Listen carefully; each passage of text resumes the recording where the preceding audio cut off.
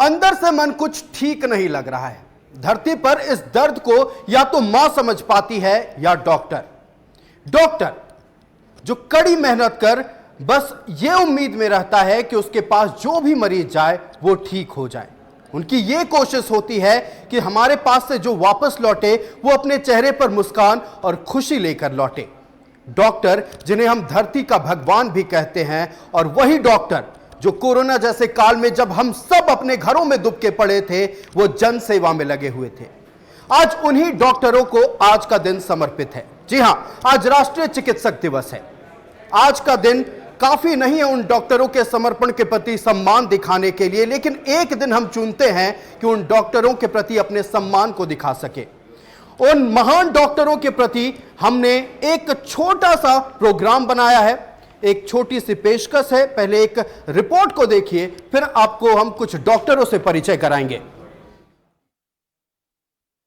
जब अंधेरा घना हो तब रोशनी बनकर आते हैं, जब हर उम्मीद टूटने लगती है तब हिम्मत देते हैं। कोई उन्हें धरती का भगवान तो कोई सफेद कोट में फरिश्ता कहता है। ऐसे ही डॉक्टरों को समर्पित है आज यानी 1 जुलाई का दिन, राष्ट्रीय डॉक्टर दिवस। समाज में डॉक्टरों के योगदान के सम्मान का दिन है। स्वास्थ्य सेवा में डॉक्टरों के प्रयासों के लिए आभार व्यक्त करने का दिन है। डॉक्टर अपना पूरा जीवन लोगों की सेवा में समर्पित करते हैं।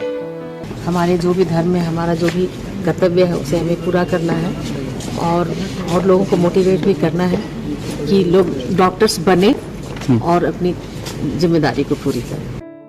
नेशनल डॉक्टर्स डे हमें डॉक्टरों के प्रति अपना सम्मान और आभार व्यक्त करने का मौका देता है। ये हमारी जिंदगी के ऐसे सुपर हीरोज हैं जो न केवल बीमारियों का इलाज करते हैं बल्कि हमें मेंटल और इमोशनल सपोर्ट भी देते हैं। डॉक्टर्स मरीजों को नई जिंदगी देने का काम करते हैं, जो किसी वरदान से कम नहीं है। इस साल नेशनल डॉक्टर्स डे का थीम है behind the mask who heels the healers, यानी मास्क के पीछे उपचार करने वालों को कौन ठीक करता है। इसका मतलब डॉक्टर जो खुद मास्क के पीछे रहकर हमेशा दूसरों की तकलीफ को ठीक करने में लगे रहते हैं, लेकिन अक्सर खुद अपनी भलाई को नजरअंदाज कर देते हैं। डॉक्टर्स डे मनाने का मुख्य वजह है कि आज बिधान चंद्र रॉय का ये है, तो इसी में हम लोग डॉक्टर्स डे में इसको सेलिब्रेट करते हैं। राष्ट्रीय डॉक्टर्स दिवस स्वास्थ्य सेवा क्षेत्र में डॉक्टरों के समर्पण, कड़ी मेहनत और बलिदान का सम्मान करने और उनकी सराहना करने का दिन है, जो समाज में उनकी बड़ी भूमिका पर जोर देता है। भारत में राष्ट्रीय डॉक्टर दिवस पहली बार 1 जुलाई 1991 को डॉक्टर बिधान चंद्र रॉय के सम्मान में मनाया गया था, ताकि स्वास्थ्य क्षेत्र में उनके योगदान को याद किया जा सके। डॉक्टर बिधान चंद्र रॉय पश्चिम बंगाल के मुख्यमंत्री थे। उनका जन्म 1 जुलाई को हुआ था, वहीं निधन भी 1 जुलाई को ही हुई थी। राष्ट्रीय डॉक्टर दिवस पर राज्य भर में कई कार्यक्रमों का आयोजन किया गया। रिम्स ऑडिटोरियम में भी खास कार्यक्रम का आयोजन किया गया। न्यूज़ 11 भारत के लिए रांची से अल्ताफ के साथ ब्यूरो रिपोर्ट। डॉक्टर बिधान चंद्र रॉय पश्चिम बंगाल के भूतपूर्व मुख्यमंत्री, उन्हीं की याद में चिकित्सक दिवस मनाया जाता है। 1 जुलाई को उनका जन्म हुआ था और 1 जुलाई को ही उनका देहांत हुआ था। लेकिन हम जब बात कर रहे थे, रिपोर्ट दिखाने से पहले हम आपको बता रहे थे कि कैसे डॉक्टर अपने काम के प्रति समर्पित रहते हैं, जनसेवा के प्रति समर्पित रहते हैं, और इतना ही नहीं, कोविड काल का भी हमने जिक्र किया था। ऐसे ही कुछ डॉक्टर्स हमारे साथ मौजूद हैं। सबसे पहले उन चिकित्सकों का आपसे हम परिचय करा दें। डॉक्टर अजीत फिजियोथेरेपिस्ट हमारे साथ मौजूद हैं, doctor Madan Gupta cancer surgeon हमारे साथ मौजूद हैं, डॉक्टर सिद्धांत सिन्हा साइकेट्रिस्ट हमारे साथ मौजूद हैं, डॉक्टर यूएस वर्मा हमारे साथ जुड़ेंगे, डॉक्टर धनंजय हार्ट स्पेशलिस्ट हमारे साथ मौजूद हैं, डॉक्टर अभिनव हमारे साथ कैंसर स्पेशलिस्ट मौजूद हैं, डॉक्टर अजीत जो कि लेप्रोस्कोपिक सर्जन है वो हमारे साथ मौजूद हैं, डॉक्टर ए के खेतान हमारे साथ जुड़ेंगे, डॉक्टर गुलाम हमारे साथ जुड़ेंगे, डॉक्टर उज्जवल राय हमारे साथ जुड़ चुके हैं, डॉक्टर ईशान भारद्वाज हमारे साथ जुड़ चुके हैं और डॉक्टर विशाल जो कि आई स्पेशलिस्ट हैं वो हमारे साथ जुड़ चुके हैं। सबसे पहले हम चर्चा करेंगे कैंसर जैसे रोग के बारे में। कैंसर जो इन दिनों सर्दी खांसी की तरह हो गया है। अगर देखा जाए तो अपने शहर में ही अगर ढूंढिएगा तो कई ऐसे लोग मिलेंगे जो या तो कैंसर से पीड़ित हैं या फिर उनके सर्वाइवर रह चुके हैं। ऐसे ही एक महान डॉक्टर हमारे बीच मौजूद हैं, डॉक्टर मदन हमारे साथ मौजूद हैं। हम सबसे पहले उनका रुख करते हैं। बहुत स्वागत है सर। और आप पूछते हैं हमेशा मरीजों से कैसे हैं, आज हम आपसे पूछ रहे हैं कैसे हैं आप? मैं बिल्कुल ठीक हूँ और बहुत ही थैंक यू कि आपने हमें यहाँ पर इनवाइट किया और एक छोटा सा जो भी आप एप्रिसिएशन दे रहे हैं ये बहुत ही हम लोगों के अंदर एक नया ऊर्जा प्रोवाइड करेगा पेशेंट के प्रति। बिल्कुल, देखिए हम जब आपके बारे में जानने की कोशिश कर रहे थे तो हम जब आपकी हिस्ट्री को जान रहे थे हम अचंभित रह गए। करीब 1500 से ज्यादा कैंसर मरीजों को इन्होंने ठीक किया है और वो आज हमारे और आपकी तरह आम जिंदगी जी रहे हैं। कैसा लगता है जब एक मरीज ठीक हो जाता है, उसके चेहरे पर मुस्कान देखते हैं, जब वो अस्पताल आता है और बाहर निकलता है, उस बीच की जो खुशी आपने देखी होती है और कोई और महसूस नहीं कर सकता, कैसा लगता है उस वक्त? तो मैं जब मैं अपने आप को जब डॉक्टर की तरफ देखता हूँ तो मैं सिर्फ कि कोई भी जो रोग होता है डायग्नोसिस करके ट्रीटमेंट तक नहीं सीमित रहता हूँ, मैं उसके बियॉन्ड जाता हूँ। उसके बियॉन्ड कहने का मतलब कि वो जो जिस रोग से ग्रसित है, खासकर कैंसर एक ऐसा बीमारी है जिससे छोटे या बड़े कोई भी हो, ये इस तरह की बीमारी सब इस लोग डर जाते हैं। तो उससे उसको कैसे निकलना है, कैंसर का ट्रीटमेंट ही सफिशिएंट नहीं होता है, उसके बाद उसकी लाइफ को कैसे व्यतीत करना है, उसको समाज में कैसे घुलना मिलना है, ये सब के साथ मैं उन लोगों के साथ हमेशा जुड़ा रहता हूँ। तो इससे क्या होता है कि जो भी पेशेंट है हमारे से सिर्फ ट्रीटमेंट तक ही सीमित नहीं रहते हैं, उसके बाद भी मेरे साथ हमेशा कांटेक्ट में रहते हैं और उनके सुख दुख में हमेशा जुड़ा हुआ रहता हूं। और ये सब देखकर पेशेंट जो वो इतनी खुशी व्यतीत करते हैं और तरह तरह के मैसेज मेरे को भेजते रहते हैं, खासकर व्हाट्सएप में और फ़ोन पर, वो सब देखकर मेरे को एक नया ऊर्जावान महसूस होता है और मैं नया कुछ ना कुछ करने को सोचते रहता हूँ। नया करने को सोचते रहते हैं। एक सवाल था, देखिए अक्सर क्या होता है जब कैंसर डायग्नोस होता है किसी मरीज के भीतर, वो डर जाता है। आप डॉक्टर हैं, आप बताएं कि कैसे सबसे पहले खुद को मजबूत करना है ताकि लड़ाई लड़ सके। तो जैसे ही अगर कैंसर की डायग्नोसिस होती है तो सबसे पहले तो मैं उन्हें बैठाकर उनके सारे जो भी रिलेटिव होते हैं सबको बुलाता हूँ। फिर मैंने बोला कि ठीक है कैंसर हो गया तो ऐसा कुछ नहीं है कि ये बहुत बड़ी बीमारी अभी के टाइम पर है, अभी कैंसर की इलाज संभव है और उसको हम पूरी तरह से ठीक कर सकते हैं। फिर ट्रीटमेंट के क्या क्या इसके ऑप्शन है, कैसे इसको ठीक किया जा सकता है, इसमें आपको क्या क्या प्रॉब्लम्स आएगी, कितने टाइम लगेंगे, ट्रीटमेंट के बाद क्या क्या करना है, ये इस तरह से मैं समझाता हूँ कि उनको लगता है कि नहीं, इसको हम आराम से आसानी से इस कैंसर को हरा सकते हैं और वो हराते भी हैं। अब बहुत सारे मेरे पेशेंट ऐसे हैं जो अभी बिल्कुल स्वस्थ हैं, जो पहले जिस तरह से जीवन व्यतीत कर रहे थे अभी जीवन व्यतीत कर रहे हैं।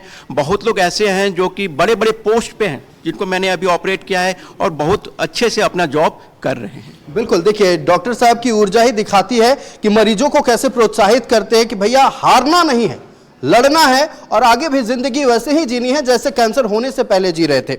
डॉक्टर अजीत का रुख कर लेते हैं। डॉक्टर अजीत, कैसे हैं आप? बहुत बढ़िया, और आप लोगों का बहुत बहुत धन्यवाद न्यूज़ 11 के मंच पे हम सभी को बुलाने के लिए। आप लैप्रोस्कोपिक सर्जन हैं, सदर अस्पताल में आप लंबे समय से रहे। आपने बहुत सारी ऐसी तस्वीरें देखी होंगी सदर अस्पताल में जो आम व्यक्ति तो नहीं देखना चाहता है, लेकिन उसके बाद जब आप इलाज करते हैं क्या महसूस होता है उस वक्त? देखिए, जब मरीज हमारे पास आते हैं तो वो काफ़ी पीड़ा में रहते हैं, परेशानी में रहते हैं और वो काफ़ी अपेक्षा लेके हमारे पास खास तौर पे सरकारी अस्पताल में आते हैं और अधिकतर ज़रूरतमंद गरीब मरीज ही हमारे पास पहुंच पाते हैं। तो उन लोगों को राहत दे पाना एक बहुत सुकून का बात होता है। उनके कष्टों को समझना और उसका सही निवारण करना, यही हमारा ध्येय और यही हमारा लक्ष्य होता है। और अभी आपको जान के आपको मालूम भी होगा कि रांची सदर अस्पताल एक रोल मॉडल बन के पूरे झारखंड में उभर रहा है। अभी हाई कोर्ट में भी सरकार की तरफ से हलफनामा दिया गया कि हुजूर देखिए हमारा सदर अस्पताल रांची कितना अच्छा काम कर रहा है। तो हम लोगों ने सदर अस्पताल वैसे शुरू किया था जब छोटी ऑपरेशन भी वहाँ पे नहीं होती थी, सारे केसेस रिम्स रेफर होते थे।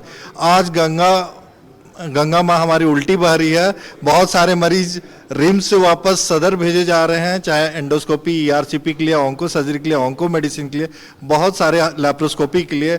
मेरे डिपार्टमेंट में हम लोगों ने झारखंड में पहला लैप्रोस्कोपी सर्जरी शुरू किया, किसी भी जिला अस्पताल में पहली बार रांची सदर में हुआ। और आज एडवांस लैप्रोस्कोपिक सर्जरी हम लोग lap hernia, lap BLTL, lap hysterectomy सब चीज़ हो रहा है हमारे यहाँ पे। सबसे पहले ये जानना चाहिए कि लेप्रोस्कोपिक आप लोग जब डिटेक्ट करते हैं तो सबसे आम लेप्रोस्कोपिक रोग कौन सा हो रहा है इन दिनों? पीत की थैली में पत्थर, गॉल ब्लैडर स्टोन, सबसे कॉमन वही है। ये नॉर्थ इंडिया में वो बहुत ज़्यादा प्रेवलेंट है और उसका ऑपरेशन भी ज़्यादा इसलिए होता है क्योंकि हमारे एरिया में कैंसर का प्रेवलेंस ज़्यादा है, इंसिडेंस प्रेवलेंस दोनों ज़्यादा है यहाँ पे। इसलिए गॉल ब्लैडर स्टोन हमारे यहाँ जो भी आते हैं डिटेक्ट होते हैं, अगर वो इंडिकेशन रहता है तो हम लोग उसका ऑपरेशन करते हैं। सबसे ज़्यादा लेप्रोस्कोपी में गॉल ब्लैडर की सर्जरी होती है, सबसे ज़्यादा लेप्रोस्कोपी में गॉल ब्लैडर की सर्जरी होती है। और भी हम जानना चाहते हैं, लेकिन कई और डॉक्टर हमारे साथ मौजूद हैं, उनसे भी बातचीत करेंगे। एक और डॉक्टर अजीत हमारे साथ है। डॉक्टर अजीत, कैसे हैं आप? डॉक्टर कुंवर अभिषेक आर्य हैं। कुंवर अभिषेक आर्य, माफ कीजिएगा जी। हाँ, मैं कार्डियोलॉजिस्ट हूँ और मैं बेटर हूँ, अच्छा फील कर रहा हूँ। सारे डॉक्टर से एक साथ हम लोग इजीली मिल नहीं पाते एंड न्यूज़ 11 के मंच ने ये मौका दिया एक आपस में भी मिलने का। I am feeling hopeful and grateful. Thank you. नहीं, देखिए आप कार्डियोलॉजिस्ट हैं और इन दिनों क्या है कि इसके बातें बहुत ज्यादा हो रही हैं। 2020 के बाद से, यानी कोविड काल जब से समाप्त हुआ है, कार्डियोलॉजी से जुड़े रोग से ग्रसित कई लोग सामने आ रहे हैं। क्या ऐसा बदलाव हो गया है जो अब मरीजों की संख्या बढ़ गई है? इसका सबसे मुख्य कारण है अवेयरनेस। लोग को पहले भी मरीज थे, आज से 100 साल पहले भी 30 साल की उम्र में हार्ट अटैक आता था। उस वक्त पता नहीं था, जानकारी नहीं थी, ECG इतनी फ्रीक्वेंटली, इको इतनी फ्रीक्वेंटली कार्डियोलॉजिस्ट की अवेलेबिलिटी नहीं होती थी, और वो अभी भी होता है। आज सोशल मीडिया के थ्रू, न्यूज़ मीडिया के थ्रू, सब चीज़ के थ्रू लोग ज़्यादा जानकार हो गए। कोविड के पहले और कोविड के बाद में हार्ट की इंसिडेंसेस में कोई बहुत बढ़ोतरी आ गई है, ऐसा नहीं है। उसके प्रति लोगों की जागरूकता ज़्यादा हो गई है और उसको लोग अब पहचान रहे हैं, उस बीमारी को जान रहे हैं। आज पेट में गैस, हम लोग हमेशा बोलते रहते हैं पेट में गैस है, 1 घंटा से ज़्यादा अगर आपको लग रहा है तो जाके तुरंत पहले एक ECG करा ले। वो चीज़ें अब देखने को मिलती है, तो हार्ट अटैक का अर्ली डिटेक्शन हो रहा है। लेकिन साथ ही साथ इसका ये बेनिफिट हो रहा है कि ओवरऑल मॉर्बिडिटी और मोर्टेलिटी में काफ़ी इम्प्रूवमेंट भी है। नहीं, लेकिन एक सवाल मैं और करना चाहूंगा, और पिछला सवाल मैंने आपसे इसलिए किया क्योंकि साल 2020 और 21 के आंकड़े देखे, 4000 के आसपास साल 2020 में हार्ट अटैक हुए थे जिनसे मौत हुई थी, और 5000 के आसपास 2021 में, लेकिन 17800 से ज्यादा आंकड़े रहे 2022 में। ये बड़ा अंतर रहा है, इसीलिए मैंने ये सवाल आपसे पूछा था। इसके पीछे एक बहुत बड़ा रीज़न रजिस्ट्री का है। बहुत सारे कार्डियोलॉजी के सोसाइटी है जो रजिस्ट्री करते हैं, पहले नहीं थी, अभी वो बहुत मुख्य धारा में आ गए और मैंडेटरी हो गए हैं डॉक्टर्स के लिए रिपोर्ट करना है। जैसे एक NIC की रजिस्ट्री है कार्डियोलॉजी के लिए, होता है आप क्या प्रोसीजर कर रहे हैं, क्या आउटकम है। तो एक तो वो चीज़ें हो गई है। दूसरा है, पहले कोई डेथ होता था बिना ECG किए छोड़ देता था, ठीक है, जानकारी बढ़ गई है। हाँ, दूसरी बात एकदम यही केवल नहीं है, थोड़ा बढ़ा है, उसका रीज़न है हमारा life style, smoking pattern, pollution, ये रेडिएशंस जो आजकल काफ़ी हो गए हैं। तो इन सभी चीज़ का मेजर रोल है इसमें, जो हार्ट अटैक को बढ़ाया है। बिल्कुल, मतलब लोग अपने आप को सुरक्षित रखना चाहते हैं तो खुद का ख्याल रखना शुरू कर दीजिए। डॉक्टर भी चाहते हैं कि आप हमारे पास ना आइए, सबके भीतर जन सेवा की भावना है और सब चाहते हैं कि आप ठीक रहिए, दुरुस्त रहिए, हमारे पास आने की जरूरत नहीं। हम रुक कर लेते हैं। आई स्पेशलिस्ट हमारे साथ डॉक्टर विशाल हैं। कैसे हैं आप सर? बिल्कुल ठीक हूँ। मैं न्यूज़ 11 टीम का मैं धन्यवाद देना चाहता हूँ मुझे यहाँ पर बुलाने के लिए। आई स्पेशलिस्ट हैं आप। इन दिनों जो हम देख रहे हैं, बच्चों में भी परेशानी आ रही है, बुजुर्गों में तो खैर परेशानी उम्र की वजह से आ ही रही है। क्या वजह हो रही है कि बच्चे जो है उनको भी चश्मा लग जा रहा है? आजकल बच्चों में है कि बच्चे काफ़ी छोटी उम्र से ही फ़ोन वगैरह का इस्तेमाल करने लगते हैं। और आजकल स्कूलों का ही है कि सब कुछ डिजिटल से ही हो रहा है, कंप्यूटर पे ही पढ़ाई हो रही है, तो डिजिटल स्ट्रेन काफ़ी ज़्यादा है। इसकी वजह से उनका जो है कि बाहर खेलने धूपने का जो पहले होता था वो आजकल काफ़ी कम हो चुका है, जिसके कारण उनकी बहुत कम ही उम्र में उनके चश्मे का पावर आ जाता है। जैसे WHO का रूल है कि बच्चों को मायोपिया जो होता है मोस्ट कॉमन होता है बच्चों में, बच्चों को मायोपिया से प्रिवेंशन के लिए है WHO का रूल है कि बच्चों को एटलीस्ट 1 घंटे का जो है आउटडोर एक्टिविटी करना चाहिए डेली, जो कि आजकल हो नहीं पा रहा है। स्कूल हो रहा है, कोचिंग हो रहा है, ट्यूशन हो रहा है, उसकी वजह से बच्चे ये कर नहीं पा रहे, जिसकी वजह से बहुत कम उम्र में बच्चों में चश्मा लग जा रहा है। और दूसरी बात है कि यंग एज में भी जो भी IT प्रोफेशनल हैं और जो भी लोग हैं, ज़्यादा से ज़्यादा काम उनका है कंप्यूटर पे ही हो रहा है, तो उनमें डिजिटल स्ट्रेन ज़्यादा हो रहा है, जिसकी वजह से कंप्यूटर विजन सिंड्रोम जैसी चीज़ हो जा रही है। तो ये है मेरी। तो कैसे मतलब आँख को कैसे ठीक रखा जाए, बच्चे हो बुजुर्ग हो, कैसे दुरुस्त रखा जाए आँखों को? तो जैसा कि मैंने बताया कि बच्चों में स्पेशली है कि जो छोटे बच्चे हैं जिनका ग्रोइंग एज है, उनमें एटलीस्ट 1 आवर का आउटडोर एक्टिविटी होना चाहिए, खेलना उनको 1 घंटे का बाहर स्क्रीन से नज़र हटा के दूर करना चाहिए। और दूसरी बात है कि जो भी IT प्रोफेशनल है जिनका काम है कि उनको स्क्रीन पे ही देखना है पूरे टाइम, तो उनके लिए भी WHO का रूल है, 20-20-20 रूल है कि उनको जब वो कंप्यूटर पे काम कर रहे हैं तो एवरी 20 मिनट्स उनको 20 सेकंड के लिए स्क्रीन से नज़र हटा करके दूर देखना है, मतलब 20 फीट दूर देखना है। तो इनसे क्या होगा कि उनके आँख में जो स्ट्रेन होता है वो कम हो जाएगा और उनको कंप्यूटर विजन सिंड्रोम जो है, जो कि आजकल बहुत ही कॉमन हो रहा है लोगों में, वो नहीं होगा।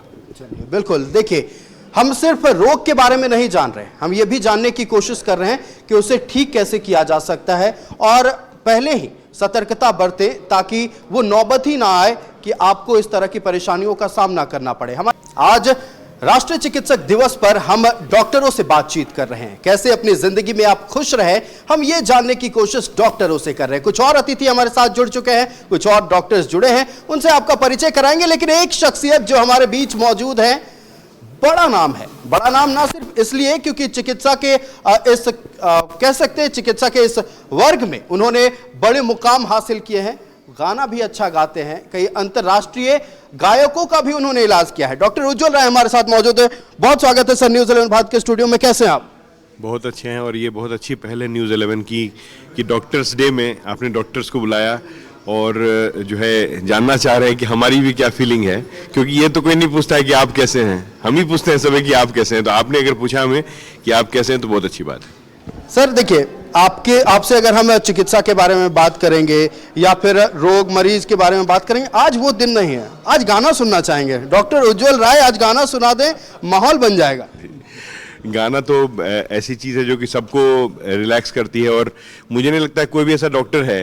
एक बार एक शो हो रहा था तो जो है उनमें उसमें जो है साधना सरगम जी, अभी 1-1.5 साल पहले की बात है, मैं वीडियो भी शेयर करूंगा आपसे। तो वो वहाँ पर कई एक डॉक्टर्स PGI चंडीगढ़ में प्रोग्राम हो रहा था, मैं यहाँ से गाने गया हुआ था और वहाँ PGI चंडीगढ़ से कई लोग और भी आसपास में GMC एक कॉलेज है वहाँ चंडीगढ़ में, वहाँ से भी 2-3 डॉक्टर्स आए हुए थे और वो भी गाने बहुत इच्छुक थे, उनको बुला के गवाया भी जो ऑर्गेनाइजर थे। तो वो कहीं कि मैं जब से इस फील्ड में हूँ, बॉम्बे में भी देखती हूँ, जब भी गाने का प्रोग्राम होता है तो सामने में डॉक्टर्स की आधी सीट रहती है, पीछे में भी डॉक्टर्स रहते हैं। तो क्या इसमें संबंध है आपका? मेरे से पुनः सवाल पूछा, तो आज वही सवाल का जवाब यहाँ भी दे रहा हूँ। डॉक्टर्स देखिए क्या है कि डॉक्टर्स का डॉक्टरी जो होती है वो भी एक आर्ट है एक तरह का, और गाना भी आर्ट है। तो कहीं ना कहीं आर्टिस्ट एक दूसरे आर्टिस्ट के, तो क्योंकि जैसे सर्जन, अभी आपने सर्जन है, कोई एंको सर्जन है, कोई ऑप्थेल्मोलॉजी सर्जन, तो ये भी एक सर्जरी है, ये भी सर्जन सिर्फ से साइंस नहीं है, वो आर्ट भी है। तो ठीक उसी तरह से गाना भी आर्ट है, तो इसीलिए कोरिलेशन होता है, मुझे ऐसा लगता है। और गाना तो सबको रिलैक्स करता है, संगीत सबको रिलैक्स करता है, तो एक बहुत ही इंपॉर्टेंट रोल अदा करता है हमारे जीवन में, हमारे ही नहीं सभी के जीवन में, रिलैक्स करने में, अपने थकान को दूर करने में। तो इस तरह से जी गाना सुना दीजिए सर।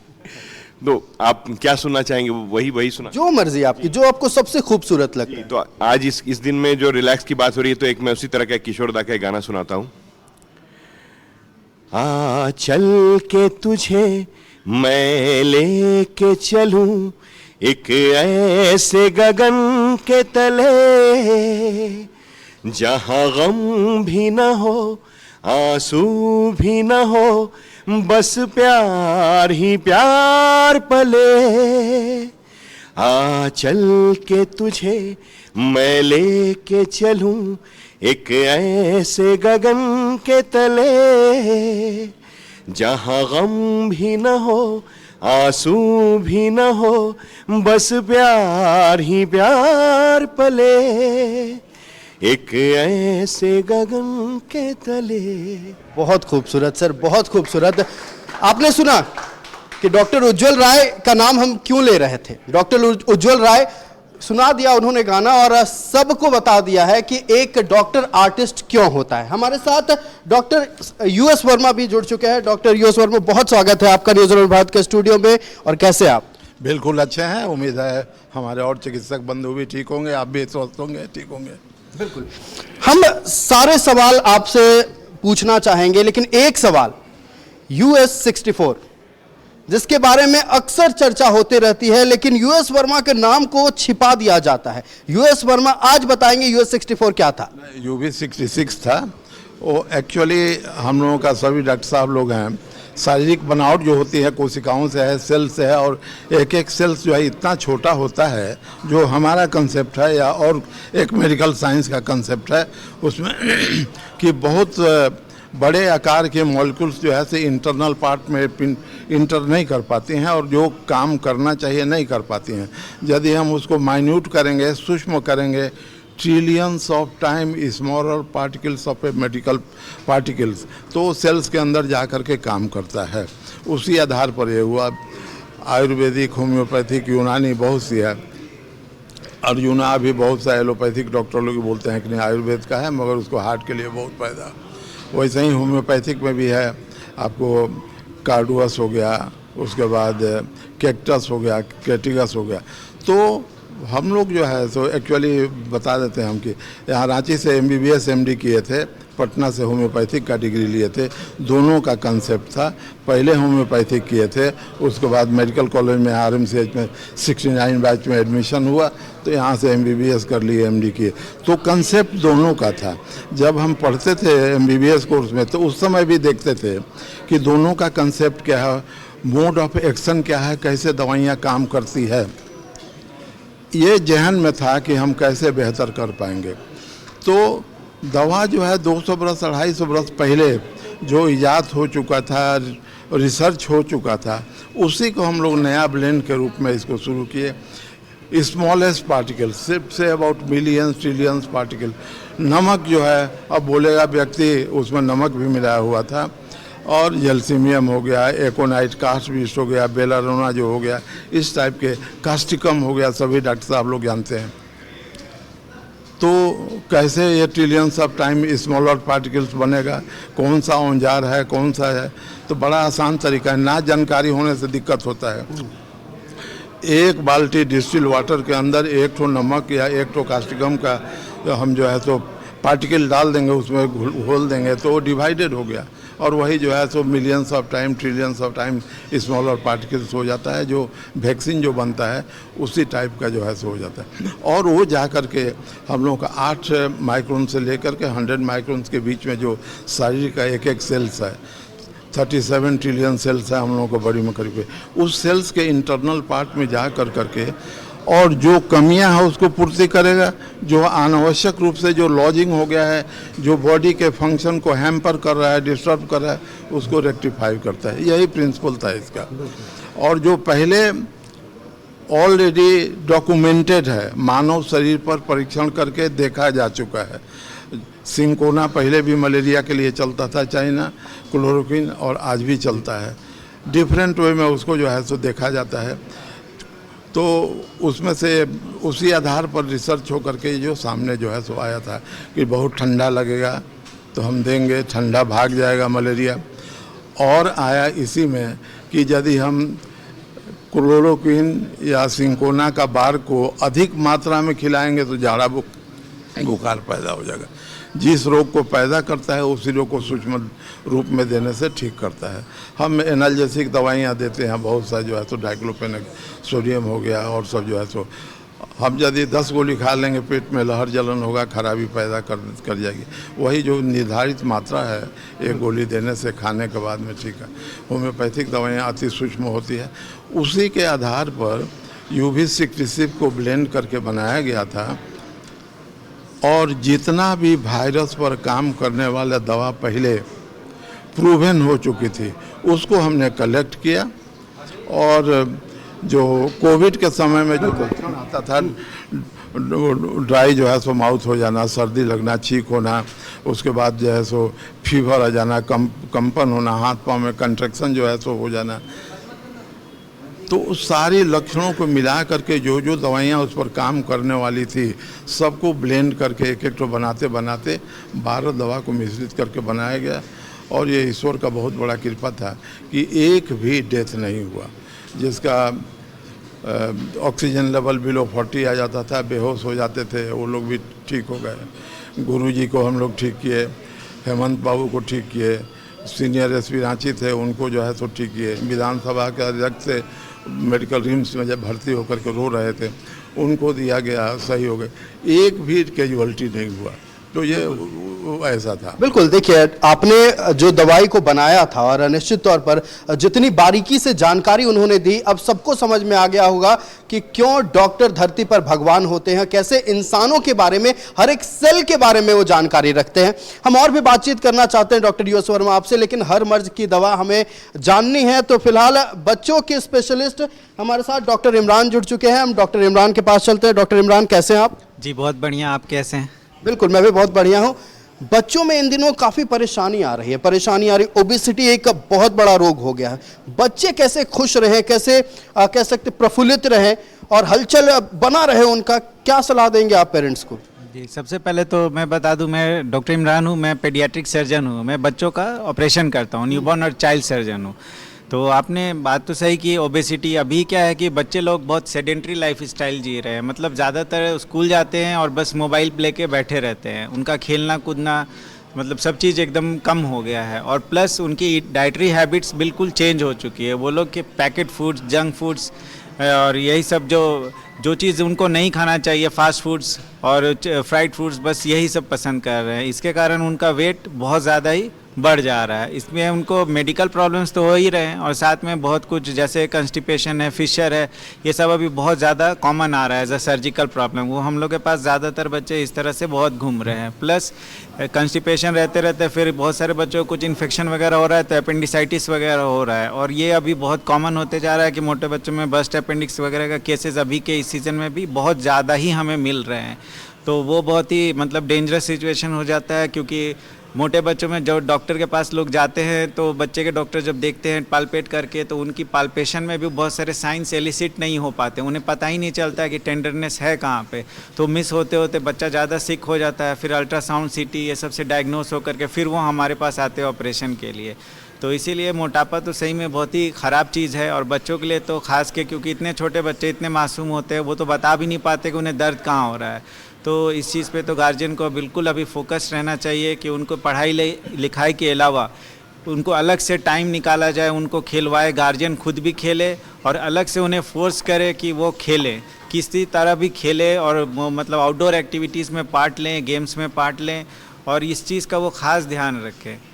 मैं तो यही कहूँगा। बिल्कुल, आउटडोर एक्टिविटी में पार्ट लें सारे बच्चे, और ये बात उनके अभिभावक को ध्यान रखना होगा, उनके पेरेंट्स को ध्यान रखना होगा कि कैसे हमारे बच्चे बीमारियों से ग्रसित ना हो। और जो सुझाव डॉक्टर्स की ओर से दिए जा रहे हैं उनको भी ध्यान रखें। हम कुछ और डॉक्टर से बात करेंगे। सर, अपना नाम बता दें। मैं डॉक्टर धनंजय हूँ, मैं इंटरवेंशनल कार्डियोलॉजिस्ट हूँ मेडिका हॉस्पिटल। कैसे हैं सर आप? बहुत अच्छा, बहुत अच्छे हैं। आप कार्डियोलॉजिस्ट हैं। हम सर से भी बात कर रहे थे, अभिषेक जी से, उन्होंने भी बताया कि फिलहाल जो परेशानियां बढ़ी हैं कार्डियोलॉजी को लेकर, इस पर हम बातचीत कर रहे हैं। खुश रहना, कोई स्पोर्ट्स खेलना, डांस करना, गाना गाना या अपने आप को मनोरंजित रखना कितना मदद करता है इस तरह की बीमारियों से ठीक होने में? हार्ट की बीमारियों के लिए अभी जो रिस्क फैक्टर जिसको कारक कहते हैं, उन कारकों में एक सबसे बड़ा कारक जो उभर के आ रहा है वो है स्ट्रेस।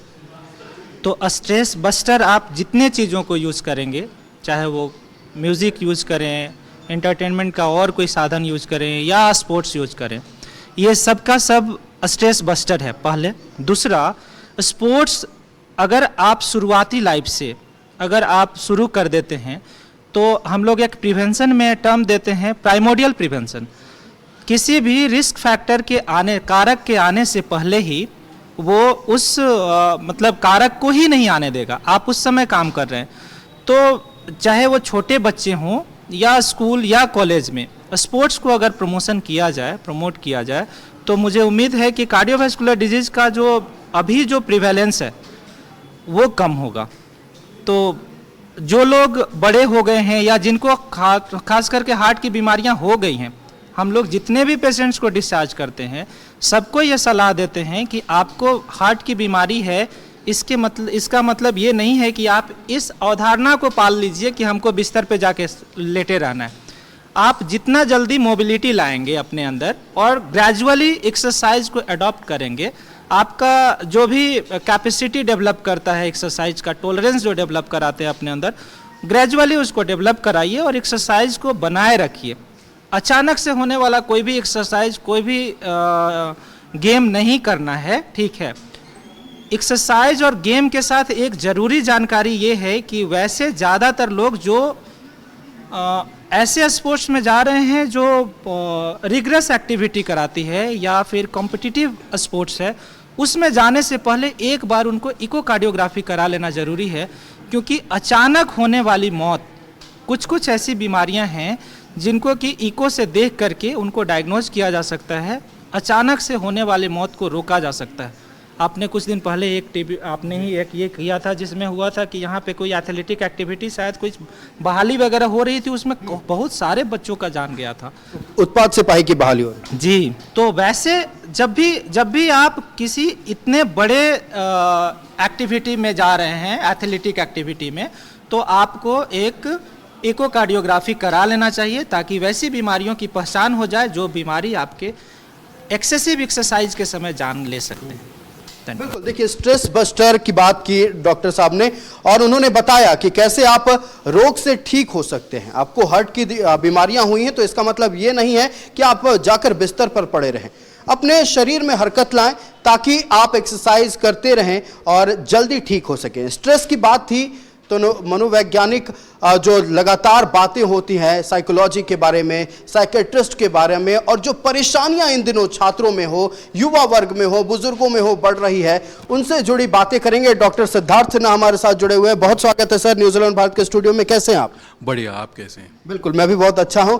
इन दिनों जो परेशानियां बच्चों को झेलनी पड़ रही हैं, ना सिर्फ बच्चे, छात्र खास करके, स्टडी का प्रेशर इतना ज़्यादा हो गया, कंपटीशन इतना ज़्यादा हो गया कि मन में अलग अलग तरह की बातें बसा लेते हैं और फिर बाद में बड़े कदम उठा लेते हैं। आप लोग साइकेट्रिस्ट से जुड़े हुए हैं, साइकोलॉजी को बेहतर जानते हैं, क्या परेशानियां छात्रों में और कैसे उनको दूर किया जा सकता है? ये एक बड़ा एक्सटेंसिव सवाल है। मैं इसका एक छोटा सा जवाब देना चाहूँगा कि जैसे डॉक्टर धनंजय ने बताया कि तनाव एक बहुत बड़ा कारण है जो कि अन्य बीमारियों को जन्म देता है, वैसे तनाव एक ये भी है कि जो अवसाद को जन्म देता है, तरह तरह की छोटी ट्रीटेबल मानसिक बीमारियों को जन्म देता है।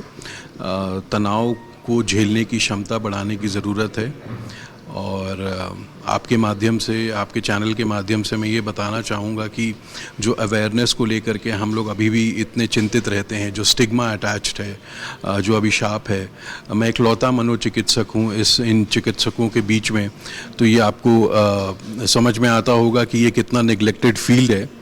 तो जब तक स्कूली शिक्षा में मानसिक स्वास्थ्य को नहीं शामिल किया जाएगा तब तक जड़ से इसका इलाज करना बहुत मुश्किल है। अवेयरनेस फैलाना जो है, जो प्राइमोडियल प्रिवेंशन की बात डॉक्टर धनंजय ने की, उस प्राइमोडियल प्रिवेंशन को हम अपने मनोचिकित्सा में भी लाएं।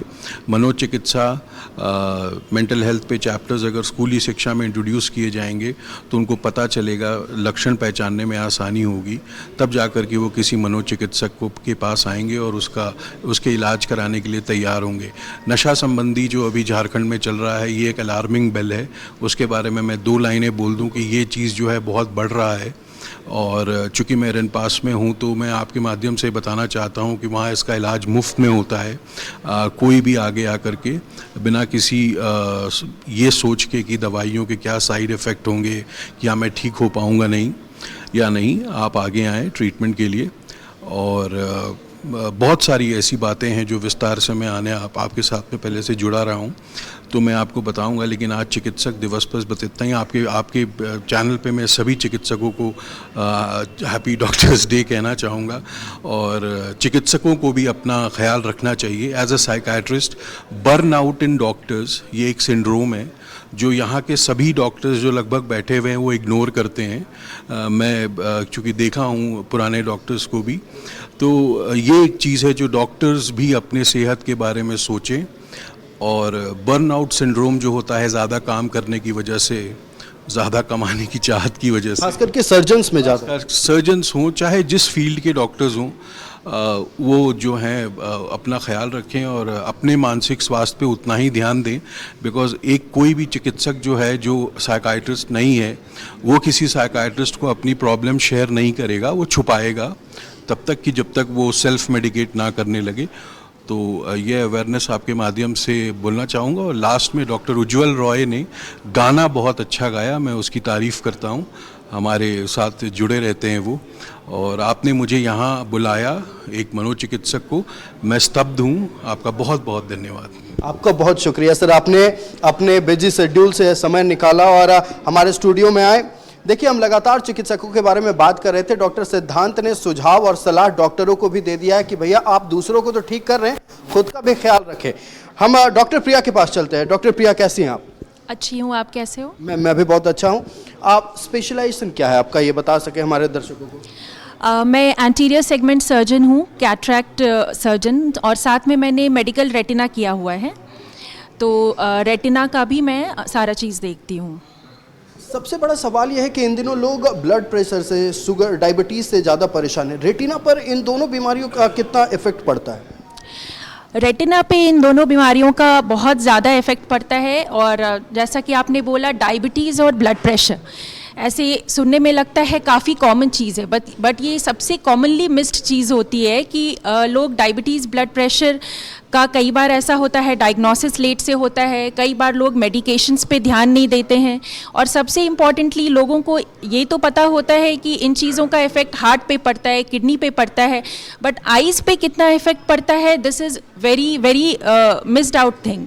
कई बार ओपीडी में ऐसे पेशेंट्स आते हैं जो, अगर आप बताओ उन लोगों को कि आप रेटिना का भी चेकअप कराओ क्योंकि आपका डायबिटीज़, ब्लड प्रेशर फ्लक्चुएट कर रहा है, साथ में लिपिड का भी प्रोफाइल आपका डिरेंज्ड है, तो कई बार लोग आश्चर्यचकित होकर पूछते हैं। काफ़ी सचेत और सजग लोग भी ऐसे पूछते हैं कि हाँ, रेटिना पे, नज़र पे क्या इफ़ेक्ट पड़ सकता है। तो काफ़ी इफ़ेक्ट पड़ता है। ब्लड वेसल्स जो रेटिना में होते हैं वो ब्लीड करते हैं, और ऐसा होता है कि रैपिडली प्रोग्रेस कर जाता है कई लोगों में।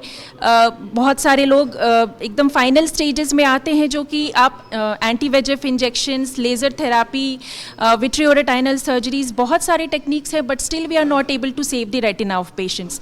सो what is more important is to take a step initially. अगर आप कंट्रोल में रखते हैं, सारा चीज़ हमेशा पैरामीटर्स चेक करवाते हैं, और अपने आसपास जो भी रेटिना स्पेशलिस्ट है उनके पास जाके अगर आप 6 मंथली, ईयरली अपना रेटिना इवैल्यूएट करवाते हैं, बिकॉज रिफ्रैक्टिव एरर तो सामने से दिखता है, लोग चश्मा बनवा लेते हैं, विजन थोड़ा कम होता है, या कई बार रेटिना स्पेशलिस्ट के पास नहीं पहुंच पाते हैं, तो उन लोगों को पता नहीं चलता है कि वो 1-2 लाइन विजन कम क्यों हुआ, बट वो 1-2 लाइन विजन ही बहुत आगे जाके रिस्क क्रिएट कर सकता है। क्योंकि अगर खून की नई नलियां बननी शुरू हो गई हैं, सूजन होना शुरू हो गया है पर्दे में, पानी जमना शुरू हो गया है पर्दे में, तो वो धीरे धीरे प्रोग्रेस ही करता है। सो उसका इवैल्यूएशन बहुत ज़रूरी है। बिल्कुल, साफ तौर पर इतना ही कहना है कि खुद का ख्याल रखिए, और कुछ भी परेशानी हो उसे नज़रअंदाज ना करें, तुरंत चिकित्सकीय परामर्श लें, और बीमारी को बड़ा रूप होने से पहले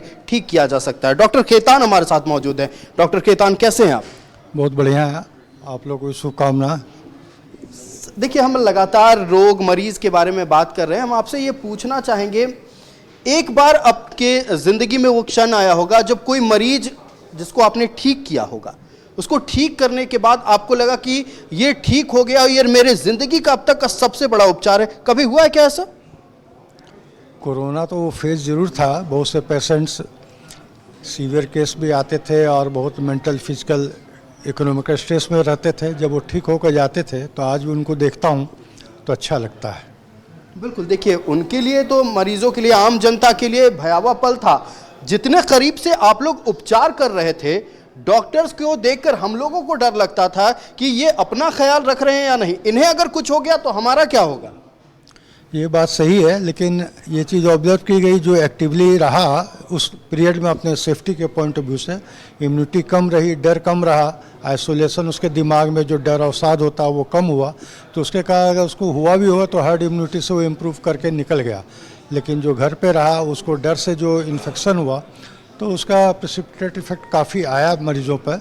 इसलिए मतलब जो एक्टिव रहे और फील्ड में जुड़े रहे, उनको रिलेटिवली ऐसा देखा गया कि कोरोना का असर हुआ भी तो वो निकल गए भगवान की दया से।